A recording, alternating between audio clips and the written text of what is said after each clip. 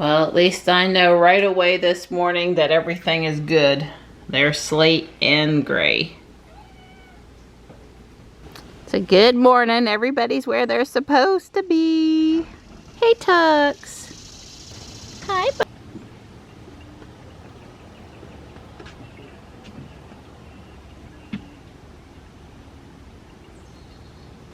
It's pretty humid out here. Yeah, today's the day that only mosquitoes can enjoy. That's it. There's nothing else can enjoy a day like today but mosquitoes. Guess it won't be a good day for me then. Nope. I'm headed to the environmental park, and you know, I don't open the garage door until I'm really ready to leave because we air condition it to 80 degrees. But one of the things I think you start to take for granted about having an electric car is that you don't have to worry about fumes in the garage. Like, Don's gonna come out in a few minutes, and it's not gonna matter that I started the car in here because there won't be any fumes. Yeah, that problem has persisted. There's nothing behind me. Has persisted for a while. When you start up the car and you don't have the garage door open, it takes a while for it to acknowledge that there's not a solid wall back there behind you. So I listen, I stop, I continue to look, but I sort of know the drill with the car doing that. And this is about how long it takes me to get out of the car. Excuse me, out of the garage. It's really tight. I prefer to run close on the side that I'm on the driver's side. So literally I'm watching that I don't mash the mirror. But anyway, I was just trying to say that you take for granted that you can go ahead and fire up the car, get the air conditioning going, and then if you get a phone call or you decide you need to look up something on your phone or whatever, you know, the car can be on in the garage and it just doesn't matter because there's no fumes. Just 3 other vehicles here today. It's kind of cloudy. We've got a chance for some severe storms this afternoon to pop up. I think it's a level 1 risk, so not super high. And it's 84 out there, but it feels like 100. It's so humid today. I've been working on a relatively easy version of the theme from Ice Castles. It's another piece of music I played when I was younger and would like to be able to play well again. I'm working on it. There's always something. Did you find me a piece of quartz? Probably. You know, we've been going back and forth what to call our white Model Y with no clear decision yet. It's pearl. Maybe quartz, Donnie. Maybe quartz. How's that for thinking about digging every time you're in the Model Y? Yeah.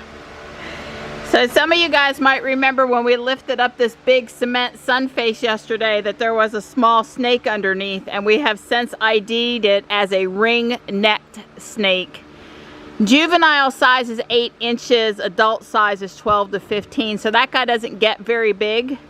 As long as Don and I have lived in North Carolina, and we've never seen that snake before, but it's nocturnal. It is not a daytime snake, so that could be why. I woke him up from his nap yesterday. But we let him go on his way. It's funny, he was living underneath the sun. That don't make sense. Don's in a good mood considering he's digging. And it's humid. It's oppressively humid, but thank God there's no there's a lot of cloud cover, so. Yeah, the sun's not out, and I have my fan in this general direction, so it's moving. Right. We are getting a little bit of a breeze from the fan mounted on the ceiling up there. So Don's gonna get me some dirt in here, and I'm gonna start sifting it. In about 2 seconds. So Ryan McCafferty, Ride the Lightning, he puts out a weekly on Sundays, podcast. And first off, he was talking about free supercharging going away from the S and the X again, and Elon apparently said on Twitter that it's not the best of incentives. It doesn't seem to work to get what they want for it, so it's not coming back. I never say never with Elon, but I hear you. The thing of it is that Don did some math on at one point how many miles what it would be worth lifetime for a car. So it ends up being probably, now we're not talking Kyle, okay, but probably the average person lifetime 10 years of the car is probably less than $1,000 incentive. You did some specific math the other time. I think I figured on average 25 supercharge events a year, which is 2 per month. Okay, now, look, so that's reasonable. Yeah. If you're doing a road trip, like Kyle, that doesn't matter, but apply. But if you're going to see grandma, the beach for the weekend, the mountains, trip, yep. You know, think about it. 2 weekends a month you go away from your house. Right, and you're gonna soon supercharge. So you know, I totally agree. It comes in waves. So anyway, I figured 25 was not high, certainly, but it wasn't low, and I don't remember all the numbers, but I seem to remember it was like $1,800. Okay, a little more than 1,000, but 10 years lifetime of the car. We're not talking that it saves you a lot. It's really a mental thing with, oh, I got something for free. That's right. More than it actually saves a bunch of money. Yeah, well, that's the thing is all you got to do is estimate how many supercharges per month you think you're going to make, or just start with how many per year. Because remember, 25 supercharges is not a trivial number of supercharges. Right. Over a year. Well, when you consider for us, most months have 0.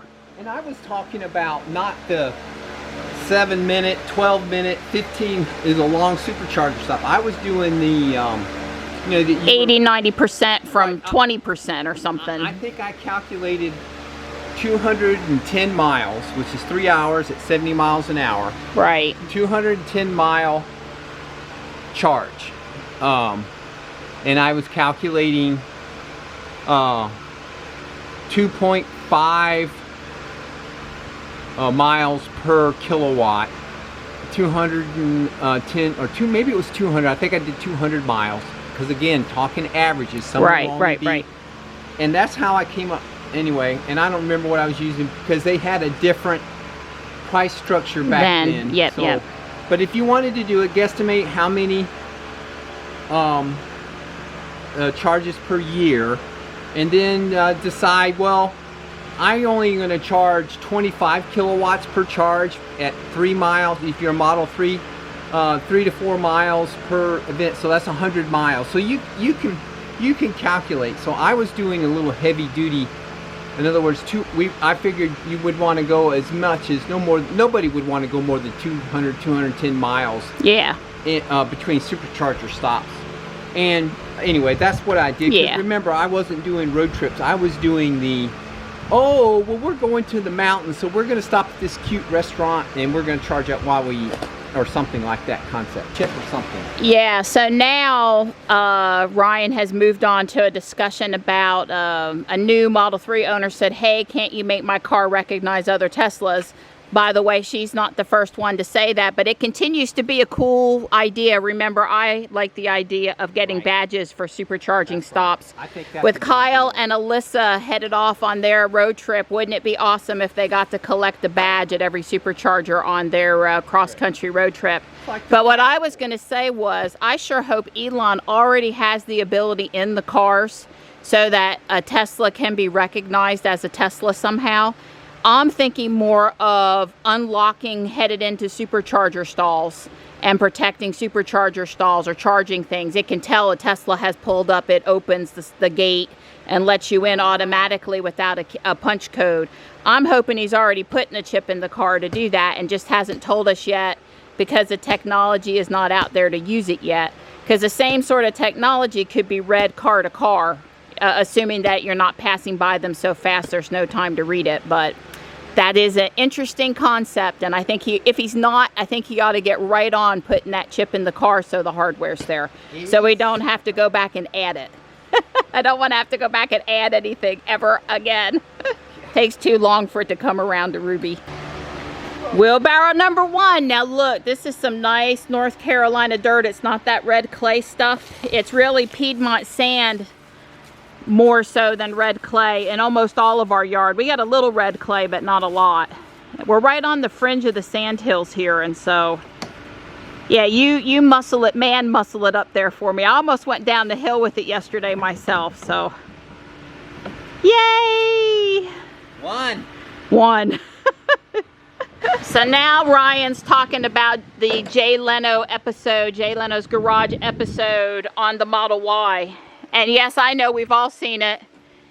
And yes, I know we all cringed when Jay shut the frunk because he wasn't as gentle as we wanted him to be. Even I left him a very polite girl comment about 2 hands on both sides of the T and a gentle touch. We thought it was great that Jay, especially just before the end of the quarter, put out that episode, even with its subtle little misspeaking about a few Tesla things. It was still great. We loved watching Jay. It was awesome. Thank you, Jay. I told him thank you in the comment I left for him. And I think everybody missed the point. Is Jay said he'd never shut the trunk on his Model S. He doesn't put anything in. Well, you know, honestly, I went for a year and didn't use my frunk either. I was too afraid to touch the paint. People kept on, you should use the frunk, and I just wanted to say, no, it's my car. I don't want to touch the paint. However, I did start using it now. Some for groceries, definitely for takeout. That's what we left Jay a comment. We said, Jay, it's for takeout, so you don't smell your car. But, oh, Jay probably sends somebody else to get takeout. Jay definitely eats takeout. You can tell he has the profile of a takeout eating fella. Now say what? Oh, something came yesterday for the Y. It did? Yeah, you know, a couple weeks ago, we got, maybe a week or so ago, we got the little peel and stick buttons, sticker for the electronic door buttons on the interior. Keep you from hitting the safety. Yeah, they basically highlight the fact that these are, this is how you open the door. Well, I also at that time ordered a carbon fiber console wrap. Cup holders, the tilt things and stuff. So it came yesterday. So we have a carbon fiber, because my girl, she loves carbon fiber. I do. I'm a fan. I understand not everybody is, but I am. So I did open it. I didn't unroll it, but I did open it enough to see the quality of the carbon fiber. And it doesn't look cheap. I mean, you know, because this is a vinyl sticker type, you know, it's fake carbon fiber. It's not real. But I have to say, it at least that initial unroll it a couple inches, look at it, says, yeah, this is probably going to be okay. So look forward to putting that on Luna, or is it Diamond? Pearl. Remember, got, whatever name we choose, yeah, Don has to be able to pronounce it and spell it, or it's a no-go. So that's nothing right. Complicated. You're welcome to leave suggestions. That's right. Michelle and I were on to this precious stones theme. That didn't start out that way, but it's ended up that way. So yeah, I agree. I think moon or moonstone is not fancy enough, but Luna, maybe Luna. Yeah. That's level. So that's pretty close. So we're probably using 4x4s for the outer edge of the floor base, the foundation, the frame for it. Yeah. And the idea is to have the floor be level with the top of the metal. Right. So you need about 6 inches down, something like that, or 6 inches below the metal. Right, the finished floor, top of the finished floor, is going to be level with this the frame of the carport. So I'll have a little bit of a ramp over on this side, but once you pop up on top of this, it'll be smooth. Well, obviously there'll be a threshold, but the threshold will be a little bumpy, but at least the height you won't have to be trying to go up. So I didn't know how deep to make the back of this ditch, and obviously this material in the middle is going to go away also. Right. At least another 18 inches of it before you get closer to level with the... Yeah. Right, obviously, and so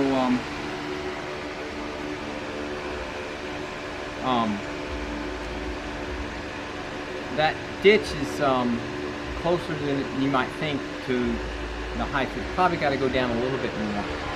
There's a couple big tree roots, of course, they're right in the corners where they don't need to be. Right. I mean, that's the well, the corners won't sink. So you'll push up the corners. Yeah. That's right. Also, my plan is to post hole dig down in the corners, but see, I don't know exactly where the corner is going to be. Right. I mean, the 4x4 is going to fit in this space here. There's no doubt it will be in there somewhere, but will it be closer to the front edge or closer to the back edge or just dead in the middle? Don't know. Hey, Donnie. Hey, pretty girl. I think we got 4 loads in so far. Yeah, well, it's looking good. Yeah, I think, hey, buddy. No problem. 7, maybe 8, I don't know. Well, we have a hole to the right of that light colored sun up there, and we got a little hole over here to fill in where the old clothesline post was. So we got a couple of ankle busters to fill too.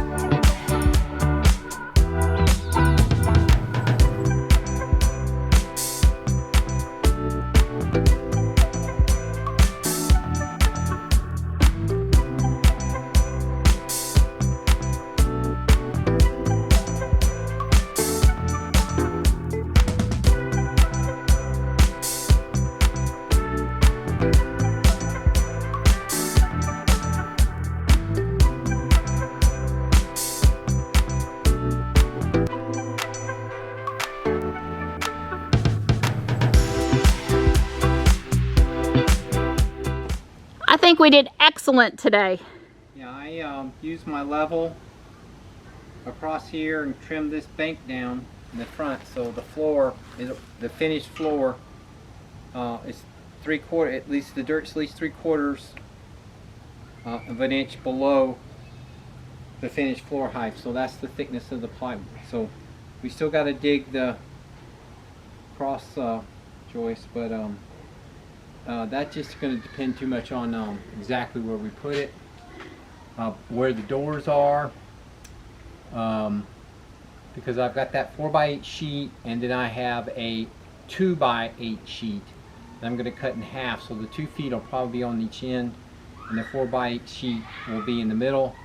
And exactly where all that lands, that's like I said, you know, I want to wait until we get the actual metal structure of the little buildings laid down on the asphalt there, where I can get a tape to it and really measure it to the inch, so I won't have to be guessing.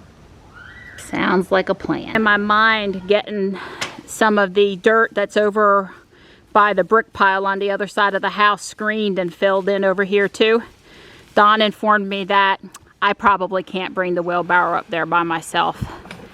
So being the good guy that he is, he's supporting his girl, putting a couple more loads of dirt in here at the end of the day. But we've almost got the swimming pool emptied now.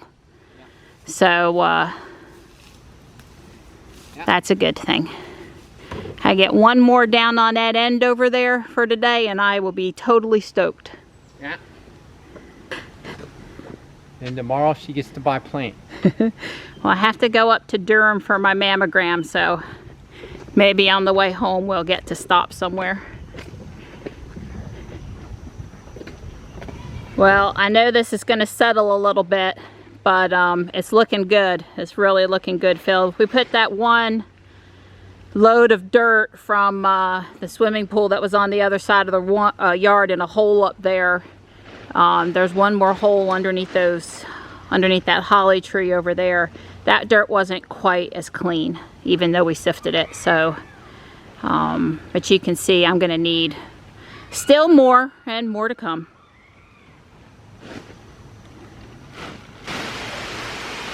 Well, there are some places in Wake County with some serious weather, but we're just having a nice gentle rain here.